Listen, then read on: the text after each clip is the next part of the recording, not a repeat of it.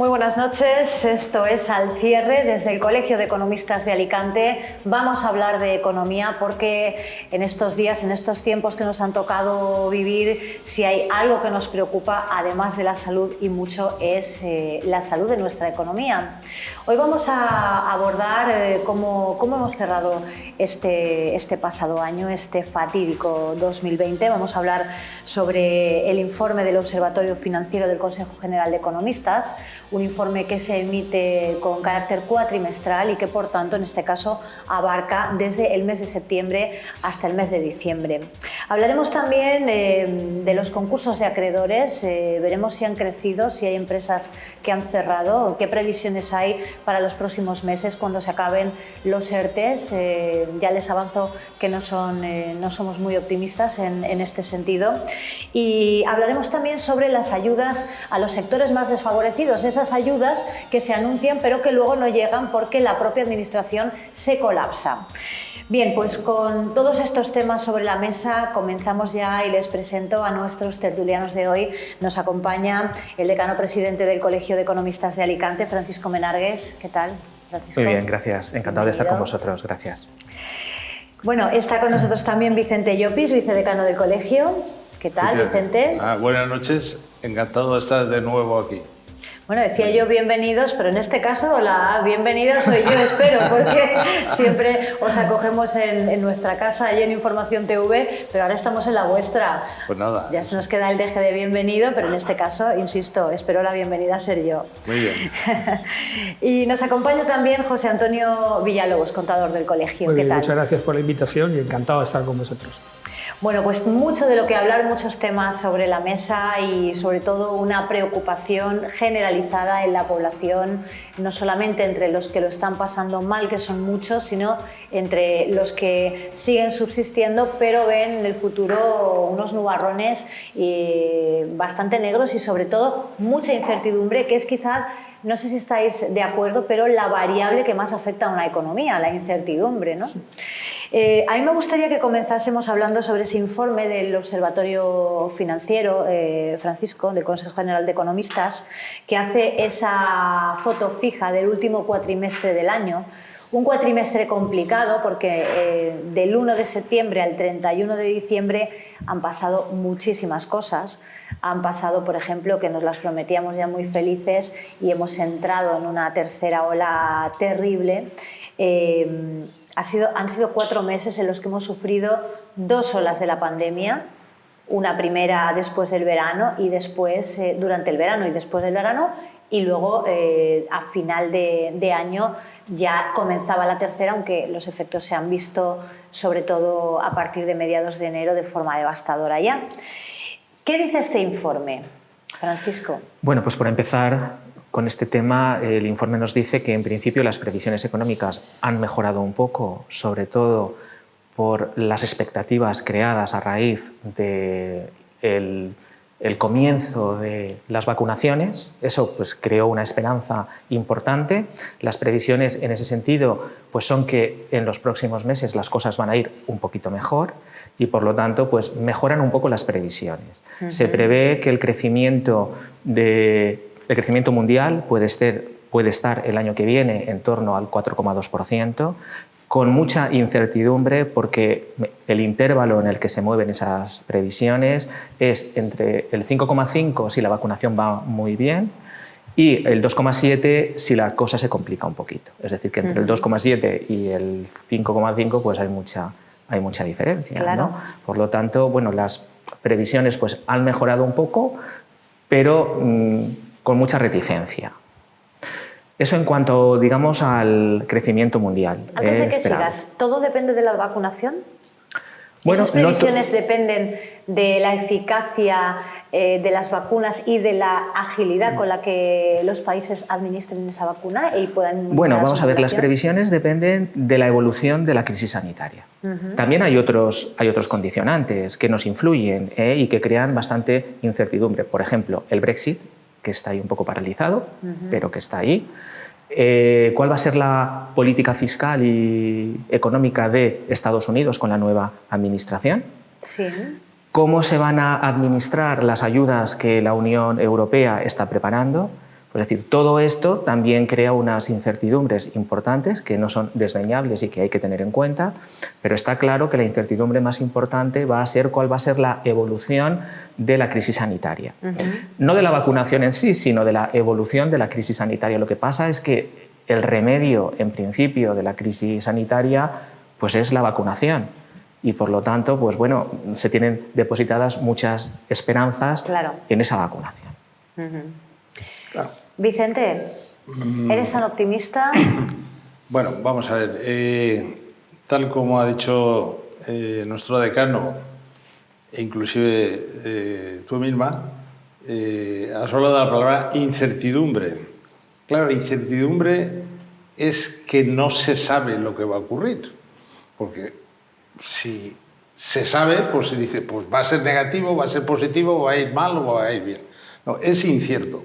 Y es incierto porque, por un lado, como has dicho al principio, vamos a hablar de la salud de la economía, pero también hablamos de la economía de la salud. ¿Y qué ocurre? Que junto a la pandemia y las consecuencias que ha traído de gasto público y de ERTES y de cuestiones de estas que el gobierno ha atendido, también ha tenido que atender el gasto sanitario. Entonces, en España, el gasto sanitario ha sido un 6% del gasto público para atender la pandemia. Sí. Mientras que en otros países del entorno europeo, Alemania, Francia, incluso Portugal, han dedicado el 22%. Creo que Gran Bretaña, ya no está en la Unión Europea, el 24%. Es decir, que han apostado más y nosotros no hemos apostado tanto. ¿Qué ocurre? Que además, por el sistema de que las vacunas las ha dejado en manos de la decisión de las comunidades autónomas, pues lo que puede llamarse que acabe la pandemia para reiniciarse el crecimiento económico, pues no va a ser enseguida. Yo creo que pasaremos mitad de año y yo creo que de aquí a mitad de año no habrá crecimiento de la economía. Estaremos como ahora, que se habla de un 11,1% de bajada del Producto Interior Bruto de España en el año 2020 respecto a 2019. Es decir, que estamos en una situación actual equivalente a la que era el año 2016. Tremendo. Si las cosas salen bien, etcétera, y se puede aguantar y sostener y se ataja la pandemia, para recuperar ese 11,1% que se ha perdido en un año, yo creo que necesitaríamos una tasa de crecimiento del 3%, que dudo que se logre, lo dudo yo personalmente, aunque algunos dicen que sí, y el gobierno dice que más del 5%. ¿Y en cuánto tiempo? Pero 4 años, o 3 o 4 años. ¿Nos quedamos con esa idea? Yo coincido un poquito con mis José compañeros Antonio, de tertulia primera en que las dos características más relevantes de este año pues, vienen marcadas por la incertidumbre y por la crisis sanitaria. Y en función de, estos dos escenarios, pues el Gobierno ha manejado dos escenarios posibles y se ha posicionado en el más favorable. Y entonces ha estimado pues, que en el conjunto del año 2021 el crecimiento de la economía española será del 5,5%. Pero esa estimación está basada en un hecho que bajo mi punto de vista pues difícilmente se va a cumplir, y es que en el mes de junio el 60% de la población esté vacunada, con lo cual se alcanzaría esa llamada inmunidad de rebaño. Claro. También coincido con Francisco cuando hablaba de que el cierre del ejercicio 2020 al final ha sido ligeramente más positivo de lo que esperábamos. De hecho, tuvimos un programa, corrígeme si me equivoco, creo que fue en el mes de diciembre, sí, en el que hablábamos de la previsión de cierre para este ejercicio, y finalmente, aunque las cifras son provisionales, El último trimestre, en el que todos esperábamos que se produjera un crecimiento negativo, pues al final se ha producido un crecimiento positivo del 0,4%, lo que ha permitido cerrar el ejercicio con una caída de tan solo, y esto entre comillas, porque es la caída más importante y relevante del conjunto de los países miembros de la Unión Europea, del 11,1%. La diferencia entre el crecimiento, la cifra de Producto Interior Bruto del cuarto trimestre del año 2019 y la cifra de Producto Interior Bruto del año 2020 ha sido del 9,1% para cerrar un ejercicio con una caída del 11,1%. El último trimestre ha sido ligeramente más positivo, pero yo creo que si todo sigue como hasta ahora, con este nivel de incertidumbre y con escasas posibilidades de que se logren esos objetivos de vacunación que se ha marcado el Gobierno, pues difícilmente vamos a alcanzar un crecimiento del 5,5% para este año y del 4,5% para el ejercicio 2022. Pero en todo caso, para volver a cifras de PIB previas a esta situación de pandemia, a las cifras del 2019, yo creo que todavía van a pasar 4 o 5 años más. 4 o 5 años. Más, sí. Comenzamos hablando de 2 años. Después nos fuimos a 3. Hablo de los expertos que han emitido algún tipo de opinión en este sentido. Hablamos ahora ya de 4 o 5 años. Claro.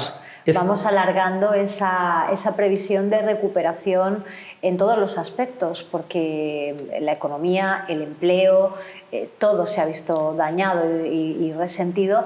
Y, si no me equivoco, Francisco, nos esperan meses muy duros, porque tenemos por delante la finalización de las moratorias y la finalización de los ERTEs. ¿Qué va a pasar entonces?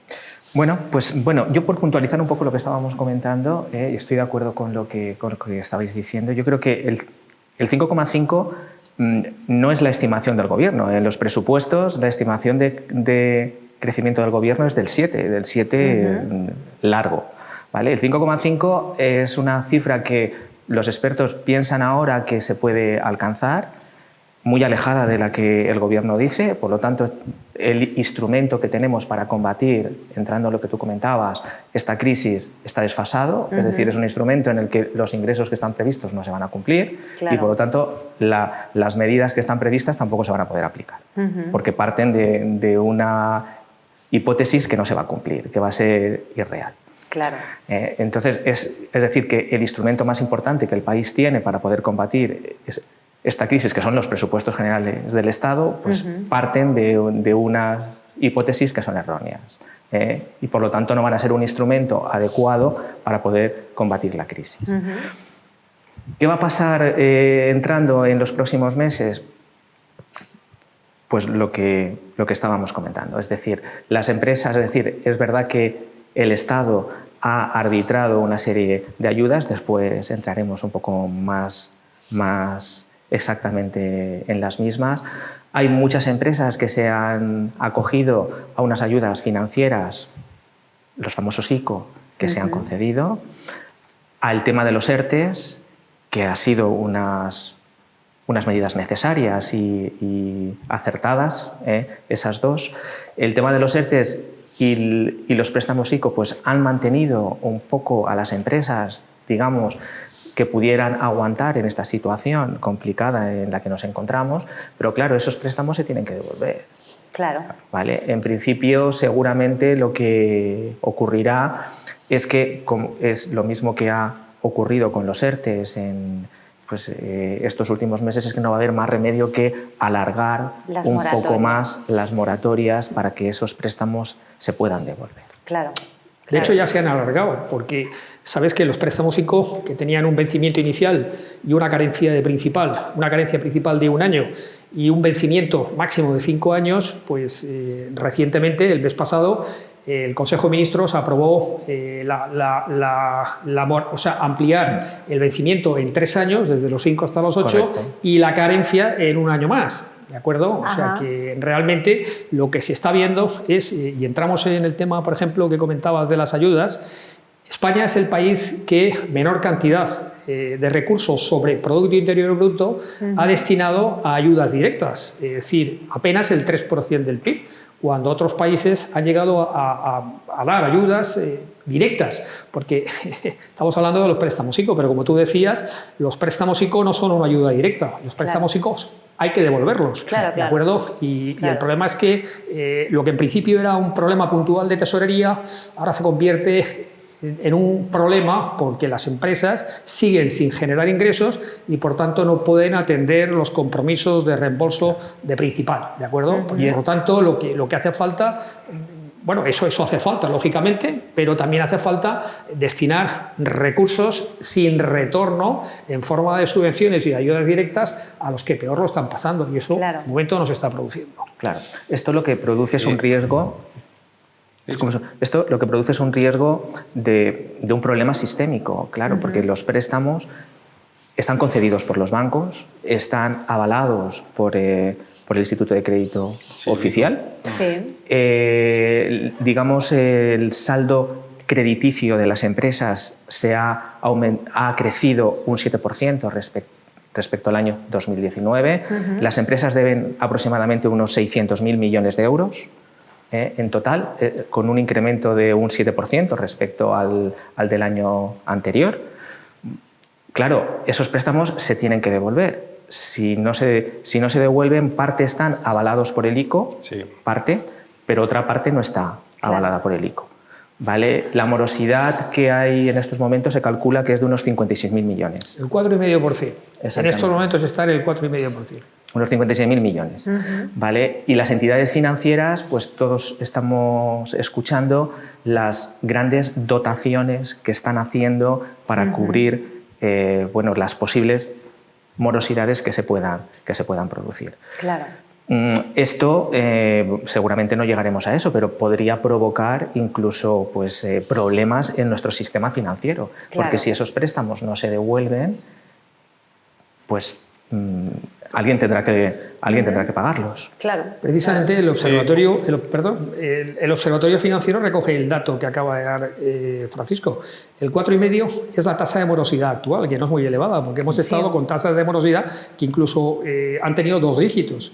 Pero lo comentábamos antes de empezar el programa, hay un indicador que es el de, no sé exactamente cómo se le llama, pero que es el que determina qué créditos concedidos por banca tienen características de dudoso cobro, y en estos momentos el importe de los créditos concedidos por banca que tienen esa característica es del 45%. Es decir, de cada 100 euros concedidos por la banca en concepto de créditos o préstamos, el 45 pueden llegar a generar problemas de morosidad, que es una cifra elevadísima. Ya veremos cómo solucionamos el tema. Vicente, ¿querías decir algo? Sí, quizás complementando lo que han dicho ellos, que es totalmente correcto. Yo diría que el Estado español todo eso le está repercutiendo en una deuda abrumadora y que va a durar durante bastantes años. Por ejemplo, ahora esto de los ERTEs, las moratorias para los concursos de acreedores, algunas ayudas, son empresas, algunas son empresas zombie, que llaman. O sea, que están vivas, pero porque la están drogando con ayudas de ese tipo. Pero en el momento que acaben, se van a descomponer. Hasta ahora, según empresas dicen, zombie, nos quedamos con ese término. Así se les llama. Sí. Y inclusive, bueno, se habla de que han desaparecido 100.000 empresas. Claro, son pequeñas, pymes, me refiero, pequeñas y autónomos. Y respecto a este año 2021 que estamos, con una postura optimista del gobierno, como ha dicho nuestro decano, de que en principio pensaba un crecimiento del 7%, que no se va a hacer, pues ha presentado unos presupuestos generales del Estado de, creo que 296.000 millones, que es una barbaridad. Supone el 25 o el 26% sobre el Producto Interior Bruto. Y calcula un déficit de 80.000 millones de euros. Sí. Que En parte de ellos los va a cubrir por nuevos impuestos, que va a aumentar el tramo del IRPF, va a aumentar el impuesto de sociedades, la tasa Google, que ya la aplica, la tasa Tobin y algunas otras fórmulas. Bueno, todo eso le va a suponer, siendo optimista para el Estado, unos 8.000 millones de impuestos que va a retraer de las manos de las empresas y de los ciudadanos. Hasta llegar a 80.000 tiene que endeudarse. Gracias a que el sistema de insuflar liquidez que está haciendo el Banco Central Europeo le permite endeudarse a bajo precio, a bajo interés. Incluso en algunos casos, a lo mejor, sin interés, ¿no? Pero esto no va a continuar siempre. Llegará un momento en que se acabará. Claro. Entonces, lo que veo yo es que, aun recuperándonos bien, cosa que no lo sé, vamos a tener una deuda bastante insoportable. Hace 4 años aproximadamente, yo creo que el endeudamiento, la deuda pública o la deuda soberana sobre el PIB era un 65 o un 70%. En la época ahora estamos en el 120%. Sí. En la época en el 120%, o sea, debemos más de lo que producimos en un año. Y a final de este año 2021, yo, creo que llegaremos al 140% o al 150%. De momento ya ha hecho tremenda una cifra emisión, para de endeudamiento. deuda a 50 años, que es una deuda a muy largo plazo. Es casi una deuda perpetua y será un tipo de interés más alto. Claro. O sea que todo esto son incertidumbres, pero yo las veo un poco oscuras y negativas. Por no hablar de desempleo, ese tema de la deuda es un tema preocupante. Claro. Porque efectivamente en apenas, estábamos hablando antes de cuando la deuda pública representaba el 60% del PIB, que era de la época del gobierno de Aznar, ahora prácticamente es del 119%. Que además, y la deuda pública... que el 60% es los países que están en la zona euro, en el euro. Una de las condiciones es que el endeudamiento no supere el 100% del PIB. Pero es que además pasa una cosa, es decir, el peso que tiene la deuda en el conjunto del país va a aumentar por un doble motivo. Primero, porque se va a seguir generando un déficit y ese déficit hay que financiarlo acudiendo a los mercados de capitales. Y en segundo lugar, porque la caída del PIB hará que en términos porcentuales el peso de la deuda pública sobre el PIB sea cada vez mayor. Y a este respecto también conviene decir, sobre todo haciéndome eco de ese documento firmado por la presidenta del Partido Socialista Obrero Español y por algún miembro del equipo de Podemos, pues de condonación de la deuda, que el principal acreedor de la deuda pública española es precisamente el Banco Central Europeo. En estos momentos, el 33% del conjunto del total de deuda españla emitida por el Tesoro Público está en manos del Banco Central Europeo. Y un dato al hilo de lo que comentaba Vicente, que a mí me parece que es muy interesante. En el periodo 2008-2020, ojo, el periodo 2008-2020, el déficit público que ha generado las distintas administraciones de España asciende a 975.000 millones de euros. Es decir, en el periodo 2008-2020, el conjunto de las administraciones públicas, del gobierno que sean, y del carácter y de la naturaleza que sean, han gastado 975.000 millones de euros más de lo que han ingresado. Y esos 975.000 millones de euros que se ha gastado de más, pues lógicamente ha habido que financiarlo. Claro. Yo creo que esa cuestión que a veces quizás las personas que nos están escuchando pues les parecen un poco lejanas. Yo creo que quizás es el tema fundamental de por qué la política española es la que ha sido, ¿no? Es decir, a nosotros la crisis nos perjudica quizás más que otros países por varios motivos. Uno, porque nuestra economía o nuestra economía, el sector servicios tiene un componente muy importante, sobre todo el turismo, claro, es muy importante, y principalmente uno de los sectores más perjudicados con la crisis ha sido el sector turístico, también porque nuestra estructura económica está compuesta por empresas más pequeñas y las empresas más pequeñas pues quizás también sufren más la crisis. Sí. Por otra parte tienen más capacidad de adaptación, pero sufren más la crisis. Y sobre todo porque a nosotros la crisis ya nos ha cogido en una situación en la que estábamos muy endeudados. Como estábamos muy endeudados, pues tampoco tenemos posibilidad de poder gastar mucho, claro, porque estábamos muy endeudados. ¿Y por qué estábamos muy endeudados? Pues esa es la cuestión fundamental. Es decir, ¿por qué nuestras administraciones públicas, en épocas en que se recaudaba más de lo que se esperaba, resulta que no solo no han disminuido nuestro déficit público, sino que ha aumentado casi el doble? Claro. Esa es la cuestión fundamental. Es decir, las políticas que se han aplicado pues han sido políticas expansivas del gasto. Todos recordamos el famoso plan el plan E de Zapatero.